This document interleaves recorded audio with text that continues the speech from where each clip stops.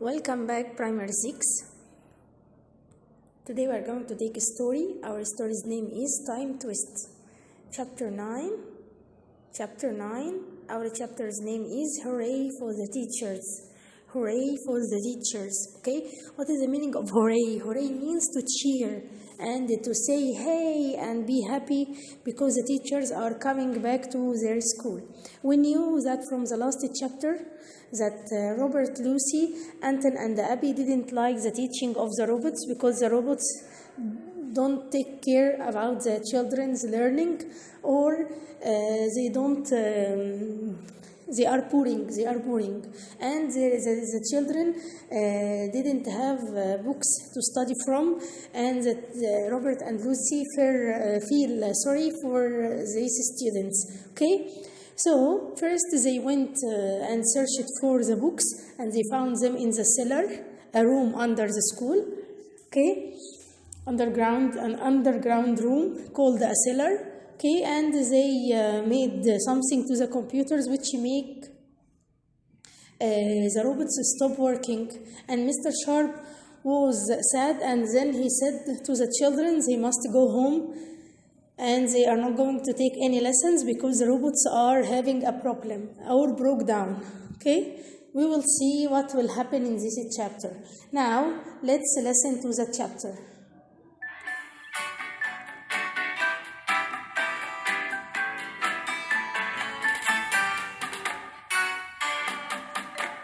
Chapter 9. Hooray for the Teachers. The next day, Robert, Lucy, Anton and Abby arrived just as the other children were walking into school in a line. They joined the back of the line and followed it into the school hall. All the children sat down together near the back of the room. At the front of the stage, the robot was waiting to start the lesson. The big screen was blank. That was unusual. Normally the screen would have the class subject written on it. When the bell sounded for the start of lessons, the children got out their pens, exercise books, and calculators. After a few minutes, the children were ready. They sat back and waited for the robot to begin the first maths lesson. Minutes ticked by, but the robot didn't move. Some children shifted around in their seats. Still, the robot didn't move. More time passed. No movement from the robot. Soon the children started talking and whispering. I don't see that. A boy near the front of the hall turned and spoke to the person behind him. "What's happening?" he asked. "No idea," replied his friend. "Perhaps the robot has broken down." "I hope it has broken down," whispered a girl nearby. "I don't want a maths class today. I'd rather go outside." "I think our plan is working nicely," Lucy whispered to Robert. Silently, the whole school waited and waited. Half an hour went by. Suddenly, the doors at the back of the hall opened and Mr. Sharp rushed in. He walked quickly towards the stage and turned to face the children. "Children," he announced, "all the school computers have stopped working. This is very serious indeed. Without the computers, I have no lessons to give you. I will have to work hard today to sort out the problem. You will have to go home for the day. I'll contact your parents to tell them when you may return to school." The children were shocked. Nothing like this had ever happened before. Suddenly, Robert stood up. He put up his hand. "Yes, Robert, what is it?" asked Mr. Sharp. "Please, sir," began Robert. "I have something to tell you." "Oh, can it wait until I have more time to listen?" asked Mr. Sharp. He was looking very flustered. "It's about the problem with the computers," replied Robert. "Go on," said Mr. Sharp. Robert cleared his throat and shuffled his feet. He felt very uncomfortable. Well, Anton, Abby, Lucy and I deleted all the files on the computers," explained Robert. "We did it because without computers, the children will have to use books to find information and to read stories, said Anton. We know that the computers controlled the robots too. Robots are no good for teaching, said Abby. Children need teachers to teach them, not robots. Robots don't care what children learn or how they learn, but teachers do, finished Lucy. Mr. Sharp stared at them.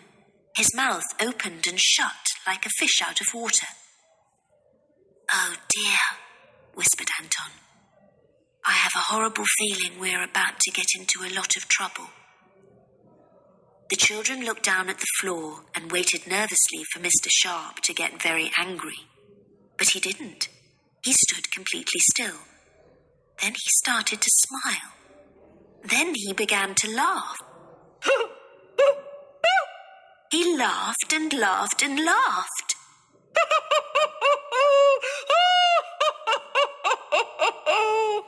All the children stared at him. Was he mad? After a few minutes, Mr. Sharp stopped laughing and smiled at all the children. Children, he said, this is the best news I have heard in a long time. I was very upset when all my teachers were removed from this school. I know that head teachers in other schools were upset at losing their teachers too. I was also angry that our library of books were taken away. You were very brave, children. Mr. Sharp looked serious. However, without teachers or books, I cannot teach the whole school. You will all have to go home until I can sort things out. Mr. Sharp, called Anton as he stood up. Yes, Anton, what is it? Asked Mr. Sharp. There are lots of books in school, he explained. We found them. You found books? But how is this possible? Asked Mr. Sharp. We found them hidden in the cellar, replied Lucy. The cellar? Said Mr. Sharp. But we can't get into the cellar. Only the people at the office can open the door. How did you get in? Then Robert, Lucy, Anton and Abby told Mr. Sharp how they had stayed behind after school and gone to the control room when everyone had left for the day.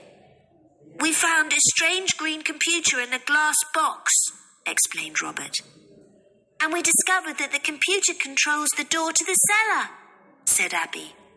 We worked out the code and the cellar door opened, continued Anton. Then we went down the steps and into the cellar, said Lucy. It was really dark, so I shone my torch around the room. That's when we discovered the books. There are hundreds of books in the cellar, finished Robert. But I have never dared to touch that computer, cried Mr. Sharp. The office told the head teachers never to touch it. Only the people from the office are allowed to use it if they visit the school. I never knew that it controlled the cellar door, and I never knew that the people from the office hid our books there. Mr. Sharp shook his head. He could hardly believe his ears. The rest of the school watched in amazement. A boy from the front of the hall stood up. Let's get our books out, he said. Let's take them back to our school library. Yes, let's do that, called out a girl. Yes, shouted everyone. Mr. Sharp raised his hands for silence. Anton, Abby, Robert and Lucy will come with me to the control room. They will show me how to use the green computer to open the cellar door. The rest of you will line up outside the cellar. As soon as the door is open, you will carry the books up to the library, explained Mr. Sharp. The children stood up and filed out of the hall. Robert, Lucy, Anton and Abby went with Mr. Sharp to the control room. They showed him how to use the computer to open the cellar door. As soon as the cellar door opened, the children carried piles of books up to the library. Soon all the books were back on the shelves. Oh, picture. What a wonderful sight, sighed Mr. Sharp. This is inside the library. I never thought I'd see these shelves full of books again. He looked sad suddenly. But without teachers, I'm afraid I still can't teach you today. But isn't there anything we can do? Asked Abby. She looked at the books. She longed to open one and read it from cover to cover. Mr. Sharp thought for a moment or two. I think I may have an idea, he said. While I am busy, I'd like you to check that all the books have been put back on the correct shelves. Put all the fiction books on this side of the library. Put all the non-fiction on the other side. Make sure all the books are in alphabetical order. You do that by looking at the author's name. Authors whose surnames begin with the letter A go first, and so on through the alphabet. While the children set to work, Mr. Sharp went off to make some telephone calls. Back in the control room, Mr. Sharp opened a drawer in his desk. He pulled out an old book. He blew the dust off it. It had been in the drawer for years. It had the names, addresses, and telephone numbers of all the teachers who used to work in his school. He opened the first page. Then he dialed a number.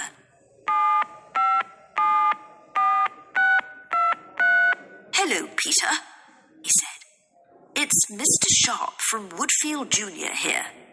How are you? Yes, it has been a long time.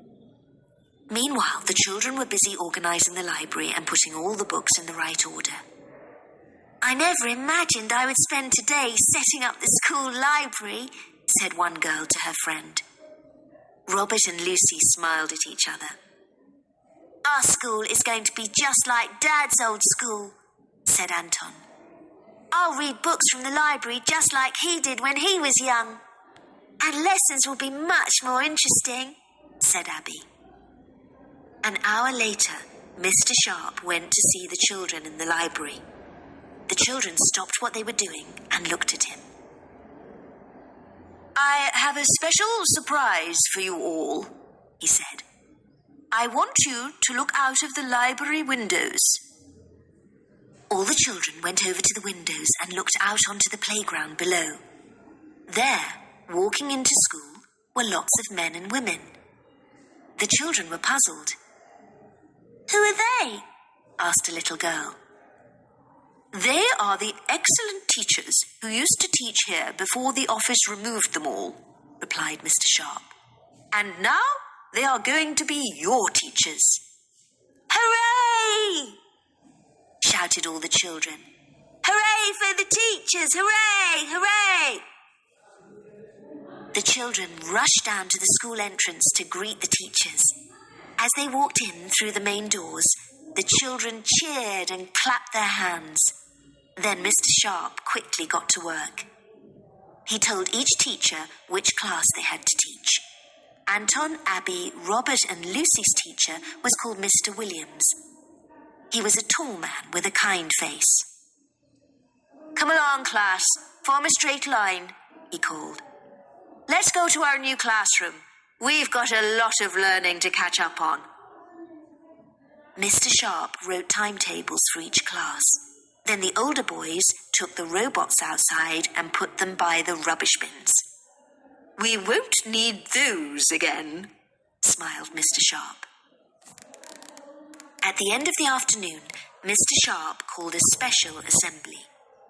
The whole school filed into the hall. Instead of a big screen and a robot, a row of teachers stood on the stage. Mr. Sharp stood in front of them all. Ah, it's like a proper school again, sighed Robert.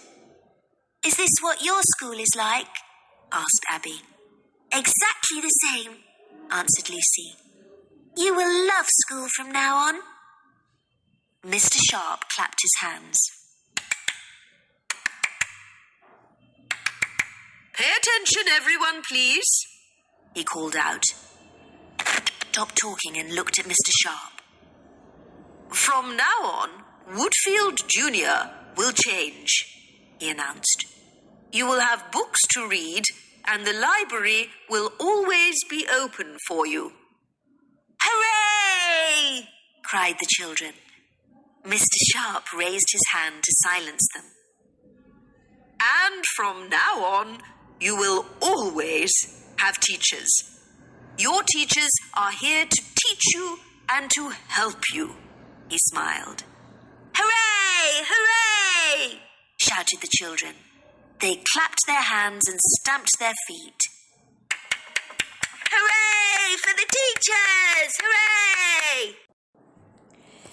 Now we have finished listening to and reading our chapter. We have finished listening to our chapter and reading it. Okay, now let's take the summary of the chapter. Okay, in this chapter, Mr. Sharp announced that all the school computers have stopped working, and without them, the robots will have no lessons to give, and asked them to go home, the children to go home, until he had finished the matter. After that, the children told Mr. Sharp that they found books hidden in the cellar. I told you the cellar is an underground room, okay? But they couldn't get into the cellar. The children showed him how to open the cellar door, and the rest of the school children carried the books to the library. Mr. Sharp sought for a new idea to get the number of the excellent teachers to come again to their school, and they accepted, okay? Now, let's take the questions. Who will help Mr. Sharp to use the green computer? Robert, Lucy, Anton, and Abby. Robert, Lucy, Anton, and Abby will help him. Who will help Mr. Sharp to get to use the green computer? Robert, Lucy, Anton, and Abby will help him. And if he asked you, who will help Mr. Sharp to find the cellar, and who will help Mr. Sharp to get into the green computer or to use the green computer? The both answer is Robert, Lucy, Anton, and Abby. Okay, so Robert, Lucy, Anton, and Abby will help him. Number 2, where did the children carry the piles of books? They carried them into the library. They carried them into the library. So, where did the children carry the piles of books? They carried them into the library. Okay, number 3. Who did Mr. Sharp call? Who did Mr. Sharp call? Excellent teachers who used to work in the school. Excellent teachers who used to work in the school. Again, number 3. Who did Mr. Sharp call? Excellent teachers who used to work in the school. Excellent teachers who used to work in the school. Okay. Who were the men and the women walking into school? The same answer. Excellent teachers who used to work in the school. Excellent teachers who used to work in the school. Okay. Number 1, complete. Computers controlled the robots. Computers controlled the robots. Space are no good for teaching. Of course, robots. Okay? Robots are no good for teaching. Robots are no good for teaching. Don't care what children learn or how they learn. Of course, robots. So robots don't care what the children learn or how they learn. Again, computers control the robots. Robots are no good for teaching. Robots don't or didn't care what the children learn or how they learn. Okay? The books were hidden in the